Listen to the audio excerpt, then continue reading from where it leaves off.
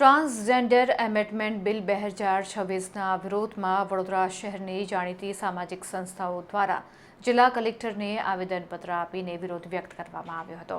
વડોદરાની જાણીતી સામાજિક સંસ્થાઓ ફોરમ ફાઉન્ડેશન, લક્ષ્ય ટ્રસ્ટ અને વિકલ્પ વુમન્સ ગ્રુપ દ્વારા જિલ્લા કલેક્ટરને protection of rights amendment bill 2026નો સખત વિરોધ નોંધાવીને આવેદનપત્ર આપવામાં આવ્યું હતું। સ્વાયત્તતાનો ભંગ હોવાનું જણાવી ઉમેર્યું હતું કે સંસ્થાઓનો દાવો છે કે આ બિલ વ્યક્તિની શારીરિક સ્વાયત્તતા અને પોતાની ઓળખ નક્કી કરવાના મૂળભૂત અધિકાર ઉપર તરાપ મારે છે। નવા સુધારા મુજબ ટ્રાન્સજેન્ડરની વ્યાખ્યાને અત્યંત મર્યાદિત કરી દેવામાં આવી છે, જેનાથી સમુદાયના મોટાભાગના લોકો કાનૂની સંરક્ષણથી વંચિત રહી જશે। મેડિકલ બોર્ડ દ્વારા ઓળખ પ્રમાણિત કરવાની જોગવાઈને ગરિમા વિરુદ્ધ અને અવૈજ્ઞાનિક ગણાવી તેને તાત્કાલિક પાછી ખેંચવાની માંગ કરવામાં આવી છે।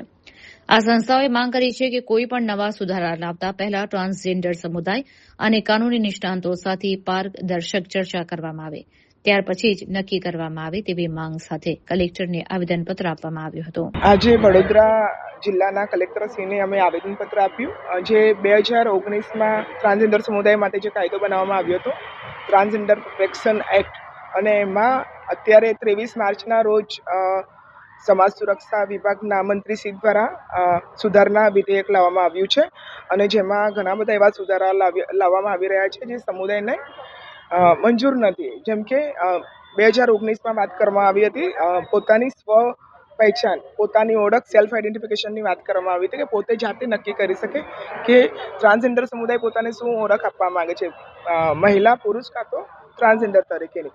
પરંતુ જે અત્યારે 2019 જે ચુકાદામાં સુધારો લાવવામાં આવી રહ્યો છે, એમાં એ વાત કરવામાં આવી રહી છે કે ટ્રાન્સજેન્ડર સમુદાયને પોતાની ઓળખ મેળવવા માટે કમ્પલસરી મેડિકલમાં જવાની જરૂર પડશે, અને એમાં ડૉક્ટરને બતાવ્યા પછી જ એ ઓળખ મંજૂર થશે। તો આ સમુદાયને મંજૂર નથી, ટ્રાન્સજેન્ડર સમુદાયને।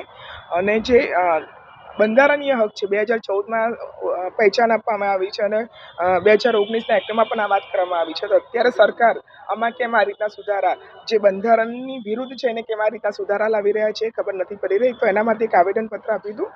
સાથે સાથે આમાં ખાલી અમુક સમુદાયના લોકોને જ આવરવામાં આવ્યા છે, જેમ કે સાંસ્કૃતિક ઓળખ ધરાવતા લોકો છે, અને જે લોકો ઇન્ટરસેક્સ જન્મી રહ્યા છે એવા લોકોની જ વાત કરવામાં આવી રહી છે। તો બાકીનો સમુદાય રહી જાય છે। તો મારી સાથે આજે ટ્રાન્સ વુમન, ટ્રાન્સમેન અને બીજા ઘણા બધા સમુદાયમાંથી છે, તો એ લોકો પણ એમના પ્રતિભાવ આપશે આપણને।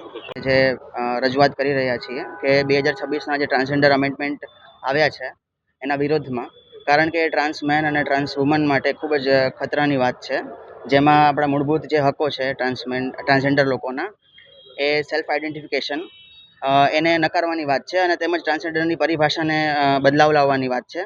તે ખૂબ જ ખોટું થઈ રહ્યું છે, એના માટે અમે એનો વિરોધ કરી રહ્યા છીએ, અને આ બિલ ન આવવું જોઈએ। તેમજ આ નાલસા જજમેન્ટના પણ ખિલાફ છે। જેમજ અગર આ બિલ આવ્યું તો એના માટે અમારે ઘણી બધી તકલીફો, ઓલરેડી જે સરકારોએ અમને હક થોડા ઘણા પણ આપ્યા હતા, અને સરકાર ફરી પાછું એ હકને અમારી પાસેથી ના લઈ શકે, એ ખોટી વાત છે।